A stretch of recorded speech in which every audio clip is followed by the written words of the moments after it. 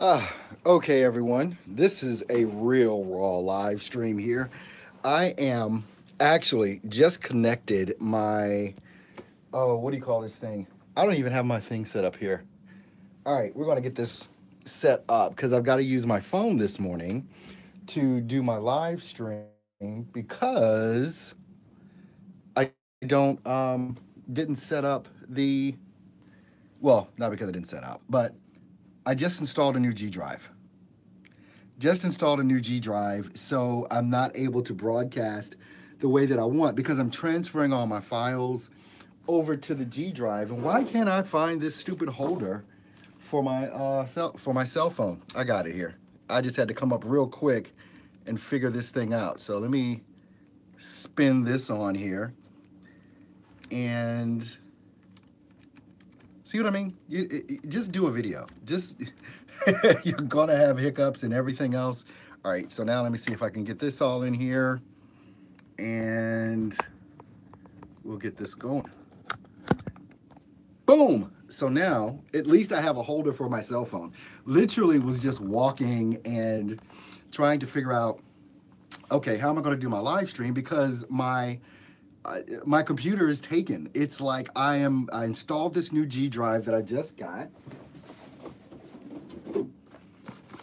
which was this. I got a 2 terabyte drive. And then I had to go through a debacle because these things are actually made for Macs. And I didn't know that when I ordered it off of Amazon. But you can still use it on PC, but you got to go through a rigmarole because it's not just plug and play. So literally figured out how to add this to my computer so that I have so I have an external hard drive because my PC is literally full from all the audio production, from everything else that I've been doing for the past year or two. I literally have like 20% left on my C drive, and I didn't even know that. And it probably explains why some of my functionality wasn't working appropriately because I just didn't have enough space for the PC to do what it was supposed to do. So then also what I got from Amazon is I got this little thing here. Show it to you this way, which is basically a USB, what is this? A USB hub, so I could plug everything in and just to make it available to me the way that I want. Love it because it has 4 little additional USB ports that actually are for charging devices. So now that I've caught you up, welcome into the in the booth with Earl Hall. First time I'm doing a live stream on my cell phone, literally streaming from my cell phone to you guys. I can still see comments as they come up. I can't see like off to the side like I normally see, so I don't know who's in here actually unless you say something. So when you say something, then I'll be able to see it, or maybe I can push this little button. Nah, that won't work. Anyway, so good morning, everyone. I'm here to show you, as always, how to start, build, and grow a successful voiceover career. If you're not subscribed to the channel, make sure that you do subscribe to the channel. Also, make sure you tick that bell so you get notified whenever I go live. And things of that nature, or upload a brand new video. Friday is all about answering your questions. That's normally what I take Friday to do. So you can start thinking about something you want to ask in regards to the voiceover industry, audio production, whatever it is that you're marketing, obviously, marketing and sales. Ask those questions. Hey, what's up, Lazarus? I see, okay, that just popped up on my phone there, so I can see that. And actually, since I am on my phone, boom, let's put the specs on so I can see. Fail Builder, thanks so much for the super chat. I definitely appreciate the super chats. Fail Builder just seems to be knocking everybody out with the super chats. So I definitely appreciate that because it does help. Every little bit helps in order to put on these productions and do what it is that I do to bring you guys information literally for free right here on the live stream for YouTube. What's up, Steve O? Glad to have you in the house. Live streaming from my iPhone 10 this morning as my computer is being taken up by everything that's going on with the processes. Good morning, Denise, of my D drive or G drive that I just added to my PC. So I'm excited about getting all of that moved over and everything else. It's only at 8%, and it's probably going to be I'd say at least an hour before I'm able to literally use my PC because I don't want to mess anything up. So I'll be doing stuff on my tablet and on my phone. You just got to get it done. You know, luckily I don't. Well, you know what? If I don't have any VO work to do today, but luckily even with that, if I did, I still have. Where is it? I've got so much different little gear now. Um, yeah, right. Um, Luckily, I still have this, my Zoom H5.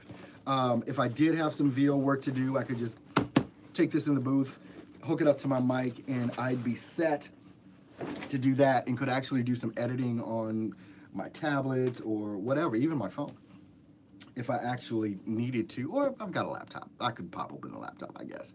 But I don't normally use that here. I normally just use that at home. But what has been going, what's up, Steve-O? What has been going on this week just inside of Earl Hall Studio has been really tremendous. We're getting more and more people signed up for my free workshop that I'm doing, Intro to Voiceover Seminar, here in Milwaukee, June 3rd, right here in my offices. And hey, what's up, Ben? Glad to have you in the house. So that has been really going well. And actually, I'm learning some things, even in regards to marketing and using targeted Facebook ads and things of that nature, because that seems to really be making a difference. And I've never really gone all in on the Facebook ads thing. So what I've done is I'm spending a little money and I'm making sure that I get the word out about what it is that I'm doing. Now, as far as the VO goes, should you be using Facebook ads? You know, as a VO, which is part of what it is that I do here in Earl Hall Studio, I have not used Facebook ads to acquire clients. I don't know as of yet, because I haven't really done the knowledge on it. Don't really know if that's going to be the thing for a VO to do. Spending money on ads is one thing when you have something very, very targeted to do. And if you have a funnel and you know how to attract the clients and you make a video on Facebook, selling something specific, and I talked about this before, is that so many times people want to do, you know, whether it's marketing or something like that, you've got to have something specific to sell. You don't want to do marketing or do a Facebook ad and just say, you know, check out my website and see what you think and all that. You want to, if you're going to do marketing correctly, it's not about just sending people to your page. You've got to your website. You've got to have something very, very specific that you have to offer them. Whether you're an expert at e-learning or explainer videos or audiobook, whatever the thing is, you want to have something very, very specific that you're going to offer if people are going to click on your ad, because that's the only thing that's going to matter. If you give too many options, people can't make a decision. If you give no options, like just visit my website, it's not going to work either. Not sure if I'm right, but Facebook feels more B2C versus B2B versus other platforms. That's from John Grimes. It is actually both, because just like, you know, the folks that when I taught the class on LinkedIn this past Sunday, your customers are on Facebook too. It's just a matter of how you go about targeting them and finding them, because all of us are targeted. All of us are targeted, and that's why we see the ads that show up in our Facebook feeds, because we fit a demographic that person that is, you know, placing that ad is trying to get to. And so when you look at Facebook from that perspective, it is Facebook as far as targeting goes. Hey, what's up, Andrea? Facebook as far as targeting goes is better than anything. Literally. I mean, when you target someone on Facebook, for instance, this is how you would do it for a business. You would look up what that business page is or whatever on Facebook, and then what you would do is you would try and discover who the employees are, which maybe you could find using a combination of LinkedIn as well as Facebook, and you target those employees. You just target the employees with something like, you know, does your creative director know the best way to hire a VO? And you write a blog and you target those people. Hello, Emma, because inevitably what will happen is some of those employees will see that post or that ad and they'll forward it to the CEO, they'll forward it to the creative director or whatever, but you target those people. Ben is saying, seems that within our industry, customers are on Facebook for its original social use, whereas LinkedIn is for their business. Exactly, that's exactly right, Ben. So when you're looking at targeting people specifically on Facebook, you can target the CEO, you can target the creative directors and things of that nature, but, good morning, Maxwell, but you want to make sure that you target the employees of, which is one of the things that you can do. You can actually, one of the features on Facebook, you can look up an actual company as a target on Facebook and literally target the employees of that company. And that will get you a lot of traction. It's going to, as with any other marketing thing, it's not going to be a one-hit wonder. It's going to be something that you're going to have to do consistently. Marketing is one of the things that voiceover artists don't spend enough time doing. We don't want to spend money. We just don't want to spend money. But if you're going to grow your business, money is going to be a part of that. You're going to have to spend some money to grow. John is saying very true. You could get at Facebook this way. It's like a backdoor model. Yeah. And you can do this for like $5. You can run a Facebook ad for $5 to test it, to see how it's going to work. I've done a lot of testing in the past. I'm doing testing right now. I've upgraded one of my ads that I'm doing for what I'm doing in-house. And the way that I'm doing that, I'll share that with you. The way that I'm getting such a response from Facebook, Alice saying, I hardly look at Facebook anymore. Yeah, some of us, I do, because I am a social media guy and I want to be in the know. So the ways that I'm using Facebook to target what I'm doing here specifically in Milwaukee to get people to come to the event is I'm targeting actors, obviously voiceover folks. I'm targeting people that are in the theater. I'm targeting models. I'm targeting improv. The arts industry is what I'm targeting, specifically in a 50-mile radius of where I am in Milwaukee. That's it. Those are the only people that are going to see my ads, are those people. And I have a age range of, I think, 25 to 55. Most of the people that pop up when I look at the stats on it are in that 35 to 45 range. So now I know I can tighten that up even more. I can X out everything from 25 to 35. I can just say I want 35 to 50. And that'll be it. That'll be how I'm targeting that. But you can't just run it for a day or two. What happens is when you allow Facebook ads to run, I don't know how this turned into a Facebook tutorial, but excuse me, as you allow Facebook to run that ad, Facebook becomes smarter and smarter and smarter. And it knows who to target better and better and better based on the people that are watching or clicking the link. So they take in all that data over time, and over time your Facebook ad can get better and better and better. I mean, on Facebook, shucks, you can target age, obviously race, religion. You can target income level. You can target, titles, what they have. If they're a homeowner, if they have children, their shopping habits. When you get into the Facebook ad platform and understand how amazing it is to target, and going back to John's point, especially if you're doing a B2C as opposed to a B2B, I would use a combination of that, because even though we are B2B, it's the consumer we're looking at, so we want to target the employees of certain companies. You can target the title of certain people in the company. It's an amazing platform.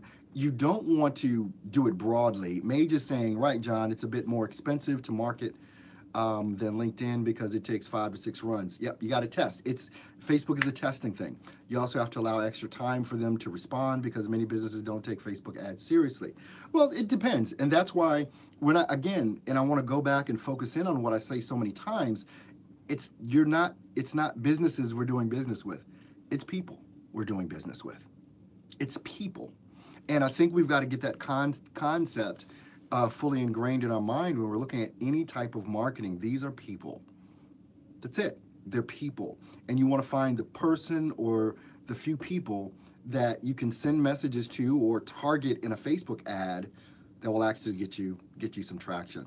Okay, so now that I've talked about Facebook and gave that little tutorial on that, what kind of questions do you guys have for me today on this? It's a rainy Friday here in Wisconsin, or southeast Wisconsin, Milwaukee, where I am. Kind of cool too today, a little bit cool outside. But yeah, as you guys can see, or maybe you don't know, I'm literally doing a live stream from my iPhone today.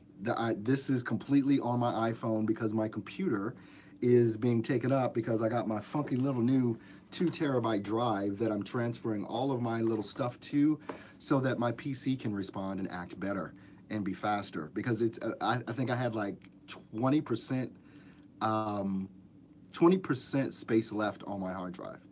And I was like, I've got to do something about this. So I went ahead and ordered my little external G drive. Before you order a drive, if you're getting to the point where, okay, I need some external space, and this is USB, so I can take this anywhere. It's not just confined here. It's real small. You can see the box is small. It's not a big box. If you're getting to that space, and many of you will, yeah, those iPhone people. Hey, what's up, Chicago, Paul? Just wanted to say, hey, your videos are making me consider learning and doing VO. Oh, awesome. Come on in the crew, man. But anyway, when you do a lot of voiceover over the years and you're making WAV files in particular, because I make, most of my files are WAV because I want the full thing with that. And WAV files are much larger, obviously, than MP3 files are.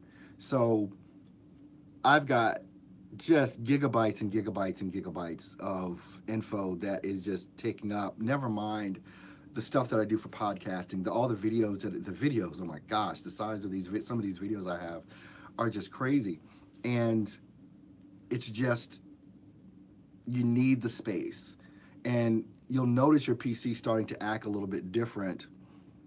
I missed that last comment. Oh, Lazarus said, I work at a bank and an AV producer came through the drive up. I chatted with him for a moment and traded contact info. Good way to get with the local market. Awesome, man. You always got to be on, right? Where's my, okay, there we go. I'm pressing too much here. Cancel. Let's see. Why do you think people prefer WAV versus others like FLAC or AIFF? Habit. Some people don't even know about like AIFF, which is a great format to have as well. Most people understand MP3 and WAV. WAV gives you the full range of what it is that you've recorded. That's why the files are so big. MP3s are a much smaller version of a WAV. I mean, really small. And if you've never looked, you should look. Make a WAV file and also make it into an MP3 file. You'll see the size difference, and it's drastic. It's not a little, it's drastic, especially when you get into some of the longer types of format with that. So if there's going to come a point where you're creating all of these files that you're going to need to have something as an external hard drive.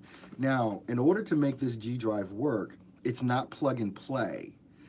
Yes, MP3s are very compressed. It's not plug and play unless you have a Mac. I had to go into my, what do you call that? Basically where I had to code, and I had to go on the site for G Drive for the site and go through their walkthrough. It only took me like 5 minutes, but just the fact that I had to go through and, the black screen where you can like code, I had to go there. And so I made sure I was following the directions very, very clearly so that I didn't wreck my computer system altogether and erase something that I shouldn't have erased. Yes, lots taken out of MP3, but other forms are lossless as well. Just curious. I've had maybe 1 or 2 clients ask me for AIFF, which, most of these DAWs, I believe Audacity does AIFF. You can let me know. I'm not sure. I know, obviously, that Adobe Audition does AIFF as far as a format to export to or save to or whatever. So, yeah. Was AIFF not a Mac file originally? I don't know.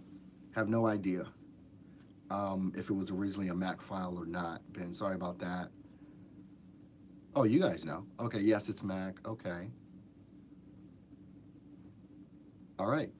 See, you get all the knowledge right here. I'm not the only one that knows. I know very little. You guys, as far as an audience, have a lot of information that you're able to share with each other.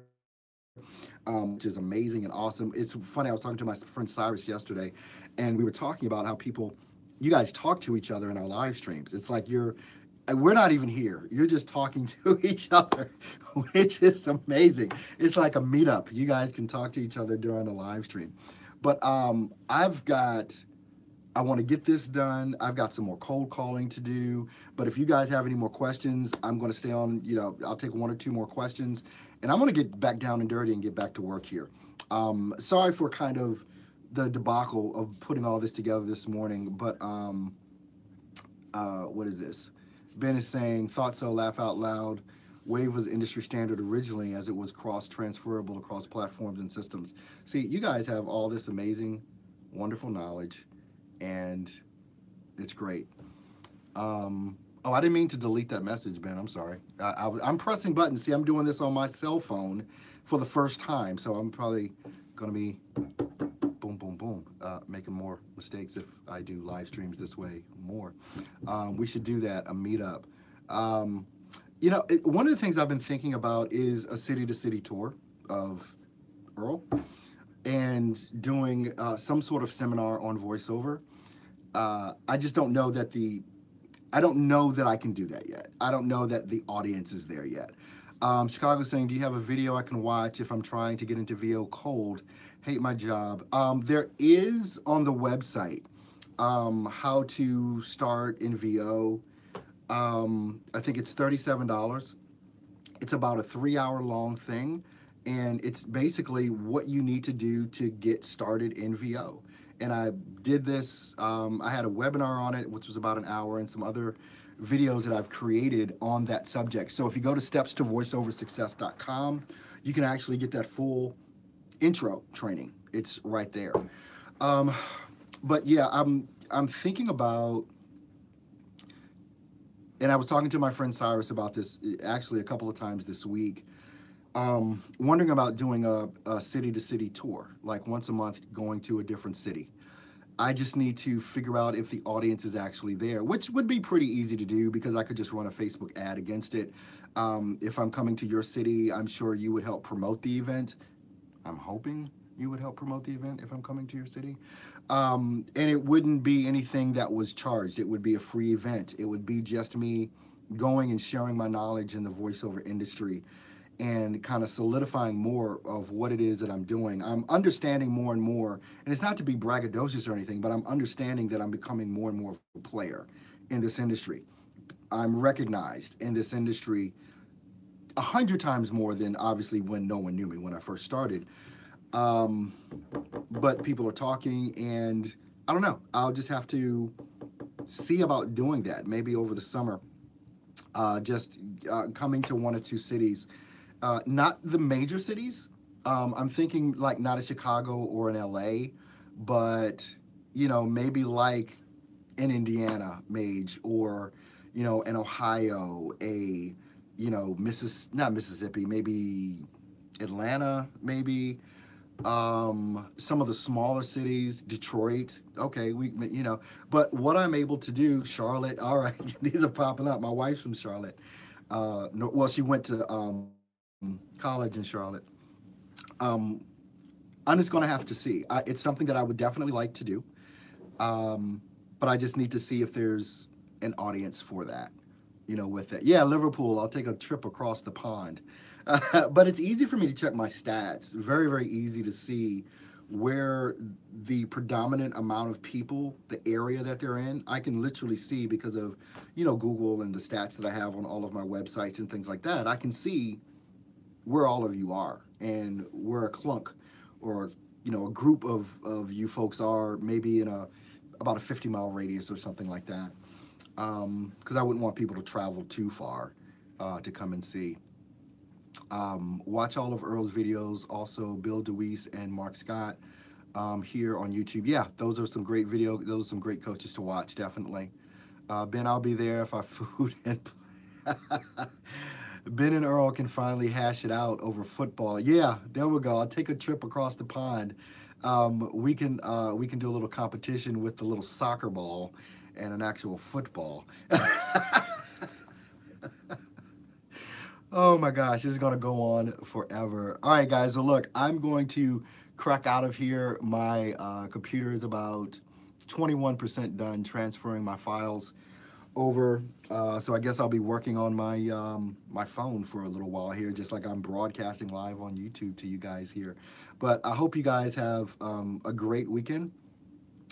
Get some stuff done. Make sure you do check out the website, www.stepstovoiceoversuccess.com. Some great courses that are there that are available. So check them out and grind and don't quit. All right. I'll see you guys. See you guys on Monday. You have an awesome weekend. Bye now.